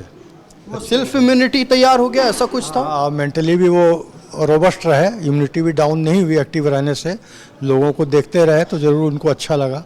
और जो हॉस्पिटल में गए या घर में रह गए डर से, किसी का कम्युनिकेशन गैप हो गया, न नर्स देख पा रहे न डॉक्टर देख पा रहा है, ऐसे ही वो डर से बेचारा और डिप्रेशन में जाके और उसके हार्ट या रेस्पिरेटरी प्रॉब्लम बढ़ गई। कुल जमा बात इतना है कि मन को मजबूत रखना है। मन कमजोर कीजिएगा, बीमारी आप पर हावी हो जाएगा। मन को ठीक रखिएगा, आप बीमारी से लड़ने की क्षमता आपके शरीर खुद बना लेगी। देखिए, हम लगातार बात कर रहे हैं स्पोर्ट्स के बारे में, खेलने के बारे में। सब खेल कूद के बारे में बात तो करता है, लेकिन खेल कूद के दौरान जो इंजरी हो जाती है, उसके बाद जो चोट लगती है, और कैसे उस हाथ में, उस पैर में फिर से मूवमेंट सही तरीके से चालू हो जाए, उससे संबंधित भी एक डॉक्टर हमारे साथ है, फिजियोथेरेपिस्ट हमारे साथ डॉक्टर अजीत मौजूद है। डॉक्टर अजीत, बहुत स्वागत है न्यूजीलैंड भारत के स्टूडियो में। कैसे हैं आप? बहुत बढ़िया हूँ। फिजियोथेरेपी के बारे में हम जब बात कर रहे हैं तो फिजियोथेरेपी, आम लोग जो होता है, हाथ पे प्लास्टर लगा लिया, ठीक हो गया, प्लास्टर कटा, अब काम खत्म, लोगों को ऐसा ही लगता है। फिजियोथेरेपी के बारे में लोग ज़्यादा बात नहीं करते, कितना महत्वपूर्ण है बताएं। फिजियोथेरेपी आज के डेट में बहुत इम्पोर्टेंट हो गया है। जितने भी रिहैबिलिटेशन, जितने भी सर्जरी हो रहे हैं, जितने भी स्पोर्ट्स इंजरी हो रहे हैं, सब में फिजियोथेरेपी का इम्पोर्टेंट रोल आ गया है। आज के लाइफ स्टाइल जो डिजीज हो रही है, वो उसमें फिजियोथेरेपी का बहुत इम्पोर्टेंट रोल है। किसी को गर्दन में दर्द, कमर में दर्द, घुटनों में दर्द, ये सब का ट्रीटमेंट या फिजियोथेरेपी के थ्रू बहुत ही आसानी के तरीके से किया जा सकता है। आसानी से किया जा सकता है। और लाइफस्टाइल जो हो गया, जैसे हम लोग को ही देख लीजिए, 7 घंटे 8 घंटे कुर्सी पर लगातार बैठना होता है, हम आंख कड़ा कर कंप्यूटर में देखना होता है। उससे क्या होता है कि गर्दन एक पोजीशन पर रहता है और रात को जब घर जाते हैं दर्द महसूस होने लगता है। आप लोगों के पास आना पड़ेगा, मतलब बताइए हम मरीजों को, हमारे जैसे कई हजारों लाखों मरीज हैं। एक्चुअली ऐसा है कि आप अगर सिटिंग जॉब है, जो भी लैपटॉप पे काम करते हैं, या जो भी IT प्रोफेशनल है, या आप लोग हैं, तो मेरा ये सजेशन है कि हर एक आधे घंटे में 1 मिनट के लिए उठ जाइए। लगातार नहीं बैठे रहना है। 1 मिनट के बाद आप बैठ सकते हैं, 2-4 कदम चल लीजिए, उसके बाद बैठ जाइए। इससे काफ़ी प्रिवेंशन होगा। मतलब शरीर को एक जगह स्थापित नहीं कर लेना है, शरीर में मूवमेंट बनाए रखना है ताकि शरीर आपका तेज गति से चलते रहे, कहीं कोई दर्द परेशानी ना हो। हमारे साथ डॉक्टर ईशान भारद्वाज है। कैसे हैं सर आप? मैं बिल्कुल ठीक हूँ। सबसे पहले तो धन्यवाद मुझे न्यूज़ 11 पे बुलाने के लिए। देखिए, आपने जो अपने स्पेशलाइजेशन के बारे में बताया था, मैं जानता हूँ अब हमारे जैसे कई दर्शक हैं जो, या फिर ग्रामीण क्षेत्र से जुड़े लोग हैं, वो आपके स्पेशलाइजेशन के बारे में शायद ना समझ पाएं। आप थोड़ा आसान भाषा में समझा दें। मैं एक रेडिएशन ऑन्कोलॉजिस्ट हूँ। तो कैंसर में मुख्यतः 3 तरह का इलाज होता है, एक सर्जरी, दूसरी कीमोथेरेपी और तीसरी रेडिएशन थेरेपी। तीनों कहीं ना कहीं ज़रूरी होते हैं एक पेशेंट को क्योर करने में कैंसर से। तो रेडिएशन थेरेपी में मेनली हम हाई एनर्जी एक्सरेज का यूज़ करते हैं, जिसकी मदद से हम कैंसर सेल्स को किल करते हैं। इसमें हमारे पास अलग अलग मशीन्स होती हैं। अभी हमने पारस कैंसर सेंटर में चूँकि मैं हूँ, तो वहाँ पे हमारे पास जो मशीन है वो हेल्सियन मशीन है, और उसकी मदद से हम रेडिएशन का ट्रीटमेंट कर पा रहे हैं, और बहुत अच्छे रिजल्ट्स भी आते हैं, बहुत कम साइड इफ़ेक्ट्स होते हैं। जैसे पहले के दिनों में मरीज़ों में ये चिंता होती थी कि रेडिएशन से स्किन जल जाएगी, बहुत परेशानी होगी, रेडिएशन थेरेपी बहुत हार्मफुल होगा, पर आजकल की जो रेडिएशन टेक्निक्स है वो कहीं ज़्यादा एडवांस है, कहीं ज़्यादा प्रिसाइज है। तो ये साइड इफ़ेक्ट्स जो पहले पेशेंट्स महसूस करते थे या जो होती थी, वो अब काफ़ी कम हो चुकी है और ना के बराबर हो चुकी है। ठीक है, रेडिएशन सुनते ही लोग डर जाते हैं। सबसे बड़ी परेशानी यहाँ आती है, लोगों को पहले जागरूक होना पड़ेगा। आप क्या सलाह देंगे? रेडिएशन से डरने की ज़रूरत नहीं है। जैसे हम एक्सरे कराते हैं, जैसे हम सिटी स्कैन कराते हैं, वैसे ही रेडिएशन थेरेपी में भी सेम चीज़ें इस्तेमाल होती है जो एक्सरेज हैं। तो डरने की ऐसी कोई चीज़ नहीं होती, बस एक भ्रांति है लोगों के मन में कि रेडिएशन से बहुत नुकसान होगा, ऐसा कुछ नहीं होता। बहुत ही सेफ टेक्निक है, बहुत ही इफ़ेक्टिव टेक्निक है और बहुत ही ज़रूरी है कैंसर ट्रीटमेंट में। बिल्कुल, रेडिएशन एक बहुत सेफ टेक्निक है। आपको जागरूक होने की ज़रूरत है और अपने आप को ठीक करना है तो डॉक्टर्स पर भरोसा कीजिए। लंबी पढ़ाई होती है, अपनी जवानी बर्बाद कर देते हैं सिर्फ इसलिए ताकि आप ठीक हो सके, और उन लोगों की बात को मानिए, नज़रअंदाज मत कीजिए। एक और डॉक्टर हमारे साथ जुड़े हुए हैं, हम आपसे बात करें। सर, आपका नाम बता देंगे? मैं डॉक्टर अभिनव शेखर, मैं कैंसर सर्जन हूं और मैं कैंसर का इलाज सर्जरी के द्वारा करता हूं। कैंसर का इलाज सर्जरी के द्वारा करते हैं। एक महत्वपूर्ण सवाल, सबसे लंबी सर्जरी अब तक की आपकी कौन सी रही और आप उसको सबसे बड़ी उपलब्धि मानते हो? एक सर्जरी होती है जो कि जनरली एडवांस ओवेरियन कैंसर में की जाती है। उस सर्जरी का नाम है साइटो रिडक्टिव सर्जरी, और साथ साथ में उसमें एक हाईपेक कीमोथेरेपी का भी उपयोग किया जाता है। यह सर्जरी जब मैं दिल्ली में कैंसर सर्जरी कर रहा था, लगभग 14 से 16 घंटे ये सर्जरी चली थी, क्योंकि पेशेंट का कैंसर जो लोड था, जिसको ट्यूमर बर्डन बोलते हैं, वो काफ़ी ज़्यादा था। और वो सारा कैंसर निकालने के बाद में मल्टीपल ऑर्गन्स को जहाँ कैंसर इफेक्ट कर रहा था, उसके बाद उसके पेट में कीमोथेरेपी को डाल के उसका इलाज किया गया। तो ये सर्जरी लगभग 14 से 16 घंटे चली थी, और ये कोई अकेले की सर्जरी नहीं थी, ये पूरा टीम वर्क था। लेकिन एक बार जब ये सर्जरी हो जाती है तो पेशेंट को लॉन्ग टर्म काफ़ी सर्वाइवल में बेनिफिट मिलता है। तो ये मरीज के लिए काफ़ी बेहतर रहा था, और मरीज अभी तक फॉलोअप में है, अच्छा लाइफ जी रहा है पेशेंट अपना। बिल्कुल बिल्कुल। देखिए, हम डॉक्टर से बात कर रहे थे, बहुत देर तक सीरियस बातचीत हुई, रोग बीमारी के बारे में बातचीत हुई। फिलहाल तो हम ब्रेक पर जा रहे हैं, ब्रेक के बाद लौटेंगे तो उनके एमबीबीएस के दिनों की बात भी करेंगे। कैसे उनका छात्र जीवन रहा था, क्या हमारी ही तरह बदमाशी भरा रहा था, जानने की कोशिश करेंगे। ब्रेक पर जाने से पहले हम तमाम डॉक्टरों से उनके फील्ड के बारे में जानकारी ले रहे थे और ये जानने की कोशिश कर रहे थे कि कैसे मरीज ठीक रहें। ये भी हमने जाना कि पहले आप बचाव कैसे कर सकते हैं, कैसे आप समस्या में ना पड़े, इस पर भी बातचीत हुई। एक और डॉक्टर हमारे साथ हैं, डॉक्टर सुनील हमारे साथ हैं। कैसे हैं सर आप? बहुत बढ़िया, आप कैसे हैं? एकदम बहुत बढ़िया हूं मैं। सबसे बड़ा सवाल यह है कि आप कार्डियोलॉजी से जुड़े हुए हैं, सबसे बड़ा सवाल इन दिनों ये उठ रहा है कि कैसे आदमी अपने आप को स्वस्थ रखे। रूटीन चूंकि बहुत ख़राब हो चुका है सबका, और शेड्यूल, कोई बोलता है हमारे पास टाइम नहीं है, सबको तो 24 घंटे में सही समय निकालना होगा। देखिए, किसी के पास भी दिन में 24 घंटे से ज़्यादा है नहीं, तो जो भी काम करना है दिन का वो 24 घंटे में ही करना है। अभी आज के लाइफस्टाइल में आजकल ज़्यादातर लोग ऐसा करते हैं कि काफ़ी देर रात तक जो है जगे रहते हैं, फिर उनके पास दिन में समय होता नहीं क्योंकि वो दिन भर सोते रहते हैं। तो हर एक के लिए ये है कि अपना बायोरिदम रेगुलेट करें, प्रॉपर 8 घंटे की नींद लें, सुबह जल्दी उठे, शाम को रात को जल्दी सोएं, ताकि लाइफस्टाइल जो है वो इम्प्रूव की जा सके। तो जो लोग जल्दी अर्ली मॉर्निंग उठते हैं उनके लिए ये है कि उनके पास सुबह सुबह जो है ऑफिस जाने से पहले एक्सरसाइज का भी समय मिल जाता है, क्योंकि ज़्यादातर लोग ये सोचते हैं कि नहीं हम एक्सरसाइज शाम को कर लेंगे, पर यूजुअली ऑफिस के बाद शाम को थके आते हैं, फिर एक्सरसाइज कर नहीं पाते हैं, तो उस कारण से लाइफस्टाइल और ज़्यादा सेडेंट्री हो जाती है। जबकि वही जो सुबह जल्दी उठ जाते हैं उनके लिए सुबह का समय अपने ऑफिस आवर्स से पहले अपने हॉबी के लिए या अपनी फिटनेस के लिए या अपने स्ट्रेस रिलीफ के लिए, स्ट्रेस बस्टर के लिए समय दे पाना ज़्यादा आसान हो जाता है। बिल्कुल। तो देखिए, आपको समय निकालना होगा खुद के लिए। ऐसा नहीं है कि सिर्फ पैसों के पीछे भागते रहिए, जिंदगी के रेस में दौड़ते रहिए। खुद को ठीक रखिएगा, तभी पैसा कमा पाइएगा, तभी अपने बाल बच्चों का भी ख्याल रख पाइएगा। चलिए, ये तो हो गई रोग बीमारी की बात, उपचार की बात। अब थोड़ा जाते हैं उस पहलू पर जहां जब डॉक्टर नहीं बने थे, यानी एमबीबीएस के वो 5 साल, उसके बारे में बातचीत होगी। डॉक्टर उज्जवल रॉय, सबसे पहले आपके पास आएंगे। आपने बहुत कुछ बताया कि कैसे ठीक रखना है, कैसे आपने गाना भी सुनाया। एमबीबीएस के वो 5 साल याद होंगे। ये डॉक्टरी की पढ़ाई हम दूर करते हैं, सबसे बड़ी बदमाशी आपने कौन सी की थी? बदमाशी तो बहुत है, आपने एक ही बताने के लिए कहा है तो मेरे पास एक ही, बिल्कुल एक ही बताइए। बदमाशी इसको नहीं कहिए, एक तरह का ये कहिए, इसको शैतानी कहिए कि हमारे मेडिकल कॉलेज में जूनियरिटी सीनियरिटी बहुत होती है। अब थोड़ा सा कम हो गया, लेकिन हमारे ज़माने में बहुत होती थी। तो हमारे यहाँ जो है, जैसे एक समझिए कि अगर कोई इंटर्न है, इंटर्न, और कोई सीनियर रेसिडेंट या फिर असिस्टेंट प्रोफेसर है, तो वो एक तरह का समझिए कि एक तरह का समझिए कि दादा या छेर दादा, इस टाइप का मामला है कि इंटर्न कोई है, इंटर्न यानी कि जस्ट वो MBBS पास हुआ है फर्स्ट। तो मेरी पहली इंटर्नशिप की पहली ही पोस्टिंग जिसमें थी तो वो पीडियाट्रिक्स में थी, और हमारे यहाँ जो है SR थी सीनियर रेसिडेंट, वो भी पास हो गई, असिस्टेंट प्रोफेसर उसी दिन ज्वाइन की थी।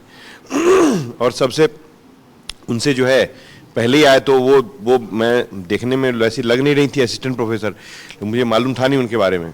तो वो पहले ही दिन मैं गया तो मुझे लगा कि ये होंगी इंटर्न या मैक्सिमम फर्स्ट ईयर PG वगैरह में होंगी। तो हमने जो है थोड़ा सा, आप समझ ही रहे हैं, गाना वाना सुना दिया उनको उस तरह से करके। तो फिर बाद में पता चला कि वो तो असिस्टेंट प्रोफेसर हैं और वो वही हमारी जो है वो लगाने वाली हैं, सारा बेसिकली सारा हाजिर बनाने वाली हैं। तो वो भी समझ गए कि ये मामला जो है इस तरह का है।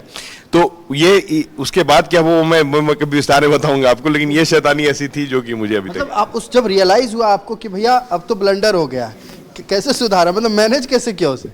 तो उसको मैनेज ऐसे किया कि उसके बाद जो है पूरा सिंसियरली काम में लग गए और भूल गए। मैंने कहा कि ये तो गाना तो मैं कभी कभी गाता हूँ, काम मैं मेनली करता हूँ। बिल्कुल, गाना तो खैर हॉबी है और खुद को खुश रखने के लिए गाना गाते हैं, दूसरों के लिए तो उनका उपचार ही काफ़ी है। हम डॉक्टर मदन के पास चलते हैं। डॉक्टर मदन, आपकी मुस्कान ये बता रही है कि मन में आपके बहुत सारे जो ख्याल है उस दौर के आ गए हैं याद। बताएं क्या सोच रहे थे मन में, किस दिन के बारे में?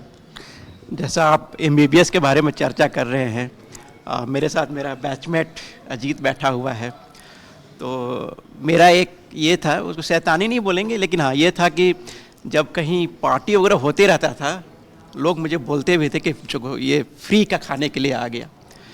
तो ये चीज़ मेरी में थी कि लोगों जहाँ पर भी पार्टी हो रहा है चले जाओ साथ में। वो मैं अपने को एंजॉय करने के लिए जाता था, लेकिन इन लोग सोचता था देखो फ्री का खाने के लिए आ गया। तो ये एक था। आप भी थे? हाँ, हम लोग दोनों बैचमेट हैं और बहुत क्लोज बैचमेट हैं। ये ऑन्को सर्जन है, मैं लेप्रोस्कोपिक सर्जन हूँ। और मेरा वैसा कोई ये नहीं है। हाँ, ये था कि हम लोगों की लाइफ बाकी स्टूडेंट से बहुत अलग नहीं होती है। MBBS टाइम में हम लोग भी बाकी कॉलेज स्टूडेंट्स की तरह ही रहते हैं। ये पढ़ाई का प्रेशर तो ज़्यादा रहता है ना? पढ़ाई का प्रेशर रहता है, लेकिन हम लोग के साथ है कि work harder and party harder. ठीक है, जम के पढ़ाई करो, जम के पार्टी करो, ये डॉक्टर्स का एक अच्छा लाइफ स्टाइल है। और दूसरा है कि हम लोग यहाँ जो फर्स्ट ईयर होते हैं उनकी रैगिंग एक बहुत अच्छी होती है। तो इधर मेरे अब जूनियर्स बैठे हैं, इन लोगों को ये मालूम रहता था कि अजीत बॉस का बाइक नंबर क्या है। ठीक है ना, ये बाइक की आवाज़ से ये समझ आते थे कि बॉस आ रहे हैं, अब क्या होने वाला है। लेकिन दूसरा पहलू ये था, जब रैगिंग खत्म हो जाती है तब सीनियर भागता है, जूनियर दौड़ाता है। देख लिया शीतल में, अच्छा स्वीट्स खा रहे हैं, चलो चलो चलो, सारे जूनियर्स एक बार आ जाएंगे, उसके बाद आपका पॉकेट पेमेंट तो फिर सीनियर को ही करना। हाँ, बिल्कुल बिल्कुल। बड़े भाई है, छोटा कैसे? एकदम बॉन्ड हो जाता। सही बोला आपने, ये बड़े भाई छोटे भाई वाला रिलेशन मेडिकल कॉलेज में जैसा होता है वो किसी दूसरे फ्रैटर्निटी में नहीं है। बिल्कुल। देखिए डॉक्टर साहब की सब बात मानिएगा, एक बात उन्होंने कहा, अभी तुरंत भूल जाइए, वर्क हार्ड पार्टी हार्डर वाला भूल जाइए, तुरंत भूलिए तभी ठीक रहिएगा। चलते हैं हम डॉक्टर ईशान भारद्वाज के पास। हमने कबीर सिंह देखी, ठीक है, कबीर सिंह देखा, हमने देखा बाइक पर एक डॉक्टर आता है, टॉपर होता है, उसका अलग रोला होता है कॉलेज में। ऐसा होता है क्या MBBS में? ऐसा रौला तो नहीं होता है, बट हाँ अपने अपने लोगों के अपनी अपनी हॉबीज़ होती हैं। जैसे बाइक राइडिंग मेरी भी हॉबी थी, मैं भी बाइक चलाता था। पर जो MBBS में सबसे ज़्यादा मिस करते हैं वो है दोस्ती यारी, सीनियरिटी, जूनियरिटी, लेक्चर्स जो कभी अटेंड करते थे, कभी उस लेक्चर को मिस करके कहीं और पार्टी कर रहे होते थे या कहीं जाते थे। ये सब चीज़ें हम MBBS की मिस करते हैं आज। कॉलेज का कौन सा कॉर्नर था जो अब भी याद आता? कॉर्नर, चाय की दुकान जहाँ हम सब मिलते थे अक्सर। मुंडा चाय दुकान। बिल्कुल। देखिए ऐड भी हो गया, डॉक्टर साहब ऐड कर रहे हैं, मुंडा चाय दुकान जाइए, डॉक्टर बनना है तो एक दवाई की तरह है मुंडा चाय दुकान का। डॉक्टर अभिनव, आप लोग दोनों मतलब जूनियर थे सर के, डॉक्टर अजीत के, कभी रैगिंग नहीं कहेंगे, कभी टांग खिंचाई हुई आप लोगों की? ये सुनहरे दिन थे जब हम लोग MBBS में थे, और जब so called ragging which was not a ragging, तो उस समय बहुत परेशान रहते थे। लेकिन आप जब फ्लैशबैक होता है, उन दिनों में वापस जाते हैं, तो वो यादें सुनहरी यादें हैं बेसिकली। और वो दिन जो हैं वो पूरे जीवन के लिए जो हैं वो सुनहरी यादें हैं। वो जो एक्सपीरियंस था, वो जो लाइफ था, तो वो बिल्कुल जो है you carry forward in your life. तो ये बहुत ही, और ऐसे सीनियर्स मिले, और निशांत मेरा जूनियर है, ये पूरा ये सीक्वेंस बना हुआ है। अजीत बॉस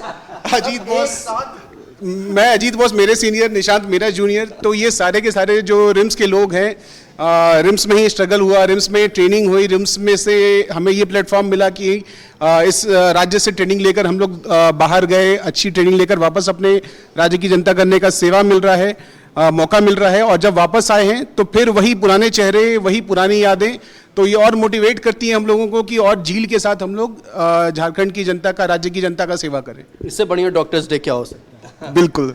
डॉक्टर सिद्धांत के पास चलते हैं। डॉक्टर सिद्धांत, एक बेहद महत्वपूर्ण सवाल है, साइकेट्रिस्ट है आप, कभी ऐसा दोस्तों में हुआ डॉक्टर बनने के बाद आपने ब्लफ कर दिया हो कि मैं तो साइकेट्रिस्ट हूँ, तुम्हारी हरकतों से पकड़ लूंगा तुम्हारे दिमाग में क्या चल रहा है?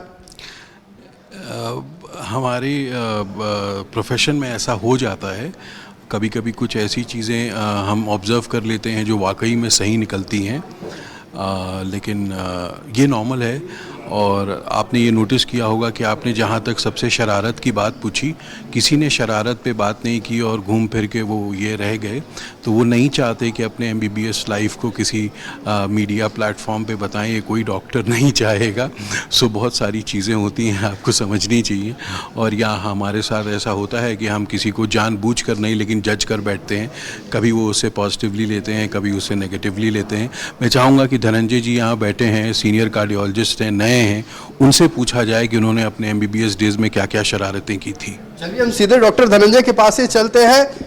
ऑन डॉक्टर सिद्धांत सिन्हा's डिमांड हम डॉक्टर धनंजय के पास। क्या हुआ था सर, मतलब खास फोकस है आपके MBBS दिनों पर, क्या हुआ था बताएं। अरे बाबा, टीवी पे बताने लायक तो बहुत सारी बातें हुई हैं MBBS के दौरान। मैं थोड़ा लेयर्ड बता दीजिए, डॉक्टर लेयर्ड बातें करते हैं।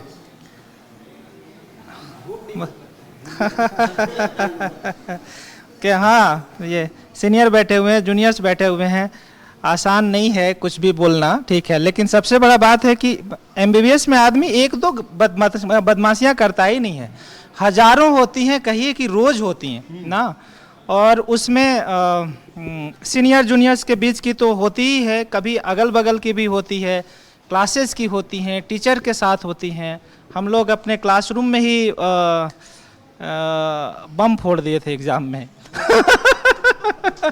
और उसके बाद हमारे टीचर जो थे वो जब वाइवा हो रहा था तो वाइवा के बाद AB ऐसे अल्फ़ाबेट से होता था ना, वाइवा होता था, वैसे रोल नंबर वैसे ही बनता था। तो जो पहले रोल नंबर वाले लोग जो गए उनको सुनना पड़ा, तुम लोग तो क्लासरूम को लाहौर बना दिए हो। तो अलग अलग तरह की, मतलब आप कह सकते हैं कि ज़िंदगी को जीने का जो मौका मिलता है MBBS के उन 5 सालों में, या फिर बाद में भी जब भी हम लोग डिग्रियां लेते हैं, हर बार हम लोग बच्चा बनते हैं। जब भी फर्स्ट ईयर में गए, MBBS के बाद MD में गए, तो MBBS के 5 सालों में इंटर्न जाते जाते एक्साइटमेंट होता है, मतलब एक आप उसको कह सकते हैं एक मेटामॉर्फोसिस है, एक बदलाव है हर फेज में। इंटर्नशिप में गए तो आप बॉस हैं, ठीक है, फाइनल ईयर इंटर्नशिप में आप मतलब MBBS डिग्री के ग्रुप का बॉस हैं आप, लेकिन जैसे ही आप PG के फर्स्ट ईयर में गए वो फिर से आप MBBS फर्स्ट ईयर जैसा फीलिंग आपको मिलेगा। फिर आप थर्ड ईयर में चले गए, फिर से आप बॉस हो गए। कहीं हो सकता है कि आप किसी मेडिकल कॉलेज में जाकर के आप प्रोफेसर, असिस्टेंट प्रोफेसर भी ज्वाइन कर लिए जैसे, लेकिन फिर आप जब सुपर स्पेशलिटी के DM के फर्स्ट ईयर में जाएंगे तो फिर आप MBBS के फर्स्ट ईयर में फिर से वैसा ही ट्रीटमेंट मिलेगा, फिर आप वैसी ही गलतियां करेंगे। तो आपको बुरा लगता होगा नहीं कि मतलब बॉस बनकर आए थे फिर बच्चा बन गए हैं, थोड़ा तो बुरा लगता है? नहीं लगता, यही सबसे बड़ा ये है, क्योंकि आपके साथ बगल अगल सब लोग उसी फेज में हैं जो पहले किसी और फेज में थे, फिर से नए फेज में आ गए हैं। तो एक आपको, आप समझिए ना कि आपको बच्चा बनने का बार बार मौका मिल रहा है, आपकी गलती को माफ करने वाला कोई है। ये सबसे बड़ी बात है ना इस फील्ड की, कि आपके सीनियर जो हैं आपकी गलती को ये मान के छोड़ दे रहे हैं कि आप बच्चे हो इस फील्ड के। तो ये मौका आपको बार बार मिलता है, तो इससे बड़ा जिंदगी आपको नहीं मिल सकता है कि आप 35 साल के एज तक ही बच्चे ही हो। 35 साल में अगर DM के फर्स्ट ईयर में गए हैं, MCH के फर्स्ट ईयर में गए हैं, आप गलती कर रहे हैं, आपको टीचर बस बुला के ये बोल दे रहा है कि अच्छा गलती सबसे होता है, हम लोग भी सीख के वैसे ही सीखे हैं, और फिर आप वैसे ही इंजॉय करते हैं। Ladies and gentleman, doctor Dhananjay ना सिर्फ एक अच्छे डॉक्टर हैं, अच्छे वक्ता भी हैं। अब तक आपको पता चल गया होगा, बातों को घुमाकर मुझे भी फंसा लिया, मैं सवाल भूल गया था अपना। हम डॉक्टर इमरान के पास चलते हैं। डॉक्टर इमरान, दिल तो बच्चा है जी, एक सवाल आपके लिए। कॉलेज में जब आप थे एमबीबीएस के दौरान डिस्ट्रैक्ट होने का मौका मिला था? आप समझ ही गए होंगे कि डिस्ट्रैक्ट होने का मतलब क्या हो सकता है। जी हाँ, कॉलेज में तो डिस्ट्रैक्शंस बहुत रहते हैं, क्योंकि ऐसा रहता है ना कि जब आदमी तैयारी करता रहता है एमबीबीएस प्रिपरेशन का, तो वो क्या है एकदम घर में एकदम बंद रहता है, पैक रहता है कोचिंग घर। फिर जैसे ही एमबीबीएस में घुसता है तो उसको ऐसी फीलिंग्स आती है कि बस अब तो हम सबसे बड़े डॉक्टर बन गए, है ना, अब तो सबसे बड़े हम ही हैं, अब हो गए डॉक्टर, अब बस इलाज करना है और तो कुछ मतलब नहीं है। बस सबको एक ऐसी फीलिंग आती है कि हम सेटल हो गए हैं। चाहे डॉक्टर तो आप बन गए, हमें पता है, आपसे उपचार भी करा रहे लोग। वो दौर बताइए ना जब आपकी साइकिलें या गाड़ियां किसी के पीछे घुमा करती थी, वो बताइए। नहीं, मैं वही बता रहा हूँ कि जब लोग एमबीबीएस में आते हैं ना तो उनको फीलिंग्स आती है कि सब सेटल हो गए, तो उसके बाद क्या होता है ना कि जो भी इंटरेक्शंस है वो सबको लगता है सेटल हो गए। तो आप समझ ही रहे हैं कि वो सब फिर ज़्यादा होने लगता है, सबको लगता है कि हाँ चलो अब है, तो अब आगे के लिए लोग फ्यूचर प्लान करने लगते हैं। और क्या, यही सब जो आप बोलना चाह रहे हैं ना वो बोला नहीं जा सकता है। हाँ कह दीजिए, हाँ ना में जवाब दीजिए। हाँ बस ठीक है, हाँ बस ठीक है, मतलब समझ गए होंगे कि आप एमबीबीएस का दौर कैसा रहा होगा। डॉक्टर सुनील, सीरियस बहुत लग रहे हैं आप, गंभीर थे इतने ही एमबीबीएस के? नहीं, ऐसा नहीं है। नॉर्मली मैं थोड़ा जल्दी सो जाता हूँ, तो इसलिए मेरे जो है सोने का समय हो गया है, तो इसका आज तो आपका दिन है, आज सेलिब्रेट कीजिए। डॉक्टर्स डे आज सेलिब्रेट, तो आज तो सेलिब्रेट करना बनता है। बिल्कुल बिल्कुल बिल्कुल। चलिए हम डॉक्टर विशाल के पास चलते हैं। डॉक्टर विशाल, आंख का उपचार करते हैं, सवाल आप समझ गए हैं, जवाब दीजिए। सवाल आप दोबारा से पूछ लीजिए। आप आपके मुस्कान ने बता दिया। चलिए इसमें मैं और आसान कर देता हूँ। खुद के आंख का उपचार किया है दूसरे के आंखों में देखकर? बिल्कुल बिल्कुल, काफ़ी किया है ये उपचार। ये जैसे नॉर्मल सभी करते हैं, जो नॉर्मल यंग एज में होता है, सभी हमने भी किया है, सब जो नॉर्मल होता है वही। गाना गाते थे? मैं बिल्कुल। आपकी हॉबी क्या थी ये बताइए। मेरी हॉबी ऐसे बैडमिंटन खेलना, मैं बैडमिंटन खेलता था और मैं कॉलेज टाइम में मूवीज़ बहुत देखता था। कौन सी मूवी सबसे ज़्यादा पसंद? मुझे हॉलीवुड की मूवी बहुत पसंद। कौन सी, नाम बता दीजिए। काफ़ी सारी हैं, मतलब ऐसे नाउ यू सी मी करके एक मूवी है जो मैंने देखी थी अपने कॉलेज टाइम में, वो मुझे बहुत पसंद थी। आपके कैरेक्टर से लगता है नोलन फैन है आप? हाँ, मैं नोलन फैन हूँ। समझ में आता है देखकर, इतने गंभीर है, क्रिस्टोफर नोलन के ही फैन हो सकते हैं। रुक करते हैं हम डॉक्टर अभिषेक आर्या का। दिल का इलाज करते हैं, कॉलेज के टाइम पर दिल लगाने के लिए क्या क्या करते थे? दिल लगाने के लिए हम कंपटीशन करते थे। क्या कंपटीशन, बताइए। दीर्घ उत्तर ये सवाल है, ये ऐसे आसानी से वन वर्ड नहीं चलेगा, बताइए थोड़ा विस्तार से। कंपटीशन में ये हमारा रहता था कि किसी से पीछे नहीं होना है, चाहे वो गुरु नेता वाला जवाब मत दीजिए आप। नहीं, यही था क्योंकि मैं कंसिस्टेंट टॉपर था। अगर मैं 50 एग्ज़ाम दिया अपने कॉलेज में तो 47 में मैं टॉप किया था। 2-3 में सेकंड चल रहा हूँगा, तो मैं कंसिस्टेंट टॉपर था। तो मेरा बस एक डे था। और जहाँ तक गर्लफ्रेंड्स की बात है तो मल्टीपल्स थी, 12-15 थी, ठीक है। तो मुझे कभी ये नहीं लगता था जिससे बात करना है उससे बात करना है। मेरे पास इतने कॉल्स आते थे कि I have to switch off my phone multiple times. So और वो मुझे लगता है गर्लफ्रेंड्स थी या मैं टॉपर था इसलिए फ़ोन आते थे, पर जो भी था वैसे ही था। तो लड़कियों को देखिए, खास करके उन लड़कियों के लिए जवाब है जिनके दोस्त या जिनके कोई खास ये कहते हैं मैं पढ़ रहा हूं, तुम्हें समय नहीं दे सकता, समय दे के भी टॉपर बना जा सकता है। डॉक्टर अभिषेक आर्या उनके एक उदाहरण है और टॉपर होकर एक अच्छे डॉक्टर भी हैं। और भी डॉक्टर से बात करेंगे, हमारे साथ डॉक्टर प्रिया हैं। डॉक्टर प्रिया के पास चलते हैं। डॉक्टर प्रिया, एमबीबीएस के दिनों की बात हो रही है, हमने देखा है कि लड़कियां ज़्यादा जाती है एमबीबीएस में, और कुछ ऐसे डिपार्टमेंट होते हैं, इंजीनियरिंग तो खैर मैकेनिकल बदनाम है ही, एमबीबीएस में स्पेशलाइजेशन खैर बाद में होता है।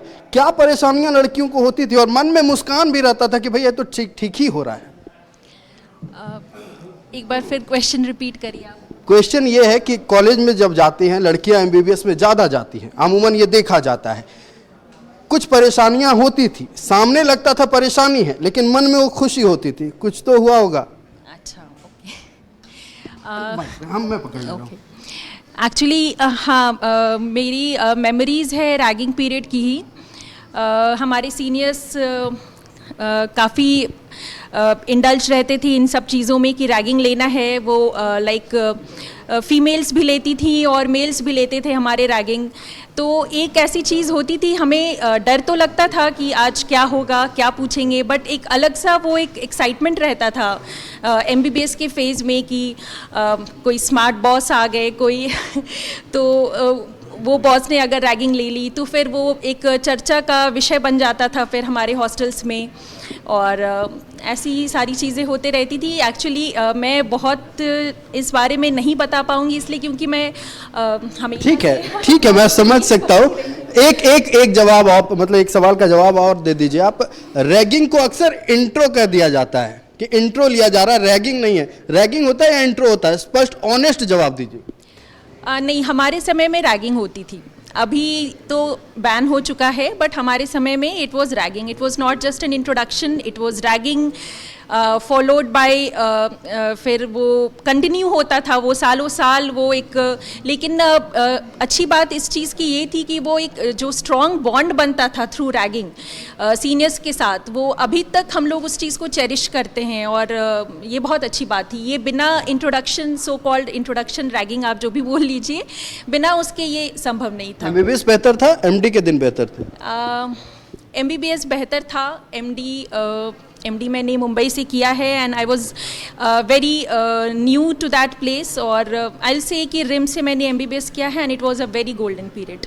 एक गंभीर सवाल मैं आपसे पूछना चाहूँगा। जब झारखंड बिहार के लोग, जैसे आम छात्र जाते हैं, पुणे गए, बेंगलोर गए या फिर मुंबई गए, कितना अलग पाते हैं खुद को? ये गंभीर सवाल है छात्रों के लिए जो रोज ये मशक्कत कर रहे हैं अपने दिमाग में कि मैं क्या बात करूंगा प्रोफेसर से, मैं अब क्लास में बैठी लड़कियों से या लड़कों से क्या बात करूंगा।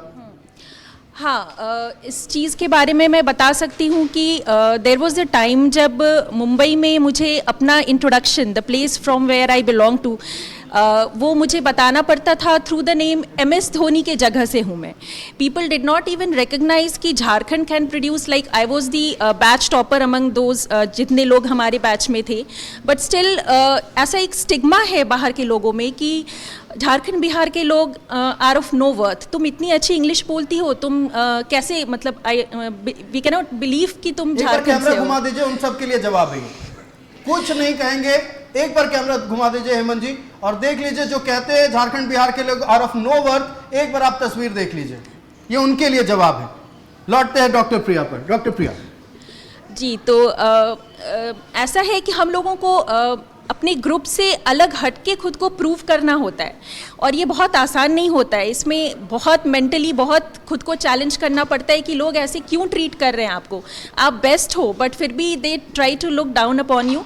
आई not blame particular state for it, but I will definitely say I have lived in Mumbai, I have lived in Kolkata, I have also lived in Delhi, but I will say my place Jharkhand is the best, because आप बाहर से आते हो, हम लोग आपको guest की तरह, अपने फैमिली की तरह एक्सेप्ट करते हैं, but this is not the same. But when we go outside, I think you should try to accept our talent, और उसके साथ साथ try to accept as a human being. जलते हैं, आम भाषा में कहते हैं जलते हैं। You can say that because Jharkhand Bihar has produced innumerable talents, and we are like far beyond other people जो जिनको इतनी opportunities मिलती है। Like I'm a dipsite from Bokaro, तो I have already got the opportunities, but there are many people, like I can give an example of my husband Dr. Dhananjay, who has studied from schools in village and then moved like stepwise, and it's really incredible।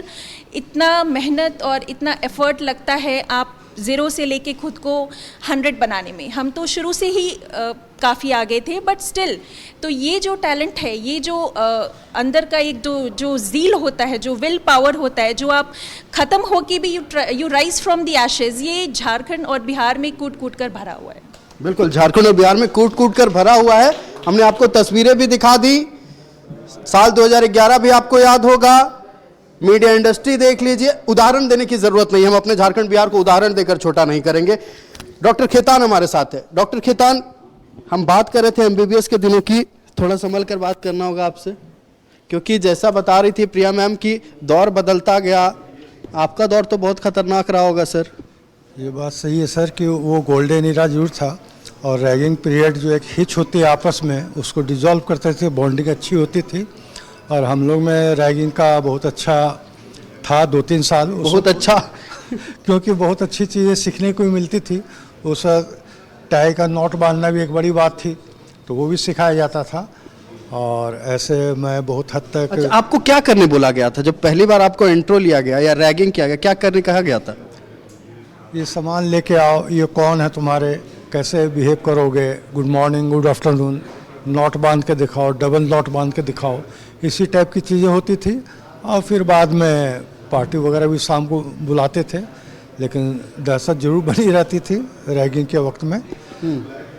और तो ragging तो first year में होती होगी, second, third year, fourth year? बस 2-3 महीने जो होती थी, तो जो अच्छे सीनियर रहते थे वो पैट्रोनाइज करके मतलब रेस्क्यू भी कर लेते हैं रैगिंग के नाम करते हुए। ये बात सही थी, लेकिन बहुत अच्छा पीरियड था, बहुत गोल्डन ईयर था MBBS। हमारा ऐसा होता था, मैं भी कॉलेज में रहा हूँ, तो जो सीनियर आकर इंट्रो ले रहा है 2 महीना बाद वही आपके सबसे ज़्यादा करीब हो जाता है। तो वही बॉन्डिंग अच्छी हो जाती थी ना, तो उनका कुछ बात रिस्पेक्टफुली मान लेना है, और बाद में वो ऑब्लाइज हो जाते थे और काफ़ी अच्छा सपोर्ट भी करते थे, पढ़ाई के वक्त में हो या कुछ बुक्स के वक्त में हो, जो उस वक्त चलता था। बहुत अच्छा ईरा रहा वो भी MBBS। बिल्कुल। देखिए, सबके अपने सुनहरे दिन याद है। डॉक्टर अजीत हमारे साथ है, फिजियोथेरेपिस्ट है। डॉक्टर अजीत, मैं सबसे जब सवाल पूछ रहा था आप मुस्कुरा रहे थे। एक दिन तो वो रहा होगा जब लगा होगा कॉलेज में भैया बच गए, पढ़ाई की बात नहीं कर रहा हूँ, आपको भी पता होगा कि कहाँ बच गए। हाँ, ये बहुत बार ऐसा हुआ है। हाँ, एक बार नहीं, बहुत सारा। एक्चुअली मैं फिजियोथेरेपिस्ट हूँ, और मेरा जो कोर्स है वो bachelor in physiotherapy, then master in physiotherapy, तो MBBS वाली बात नहीं है। और मेरे फील्ड में लड़कियां ज़्यादा हैं, 60% फीमेल, 40% मेल, तो काफ़ी एंजॉय भी किया है। काफ़ी एंजॉय भी किया है। चलिए ठीक है, लेकिन सीनियर के साथ बातचीत में कभी ऐसा हुआ है कि चलिए नज़र जो है सीनियर क्लास की तरफ ज़्यादा जा रही है? ऐसा नहीं है, सीनियर से बहुत कुछ सीखने को मिलता है, और वो प्रमोट भी करते हैं। शुरू में अगर कुछ ऐसा रैगिंग जिसको बोलते हैं, तो वो हेल्पफुल होता है, वो उससे लोग स्मार्ट बनते हैं। चलिए, रैगिंग हेल्पफुल होता है, डॉक्टर्स ही कह सकते हैं। सब कहते हैं कि बहुत पीड़ादायक होता है रैगिंग, ऐसा नहीं है। देखिए, आपको अपने आप को एक्सप्लोर करना है, जानना है कि आपके भीतर क्या कुछ है, क्या आप कर सकते हैं। ये सीनियर को छोड़कर कॉलेज के भीतर प्रोफेसर शायद ना सिखा पाए, लेकिन वो जो बॉन्डिंग अपने कॉलेज लाइफ का होता है वो जिंदगी भर याद रहता है। क्योंकि कॉलेज से निकलने के बाद भाग दौड़ वाली जिंदगी है, कई सारी जिम्मेवारियां आ जाती हैं, और ये जिम्मेवारियां डॉक्टर सब भली भांति निभा रहे हैं, जनसेवा में अपने आप को समर्पित किए हुए। हम तमाम डॉक्टर्स का बहुत धन्यवाद करते हैं, आपने अपना महत्वपूर्ण समय हमें दिया और अपने बिजी शेड्यूल से अपने जीवन के कुछ पल हमारे साथ साझा किया। आपका बहुत धन्यवाद, और आपके जज्बे को हमारा सलाम है। तो लगातार जब हम डॉक्टर से बात कर रहे थे, तो सिर्फ उनके बारे में, मतलब उनके स्पेशलाइजेशन के बारे में बात नहीं कर रहे थे, हम बात कर रहे थे कि कैसे खुश रहना है। खुश रहना सबसे महत्वपूर्ण समय है, और सबसे महत्वपूर्ण चीज जिंदगी की यही है कि खुश आपको रहना है, और उसके लिए खेलिए, कूदिए, दूसरों से बात कीजिए। अपने कॉलेज लाइफ के कोई दोस्त याद आते हैं, तुरंत फोन घुमा दीजिए, खुश रहिएगा, आधी बीमारियां ऐसे ही हार जाएंगी। तो खुश रहिए। फिलहाल मुझे दीजिए इजाजत, देखते रहिए न्यूज़ 11 भारत। नमस्कार।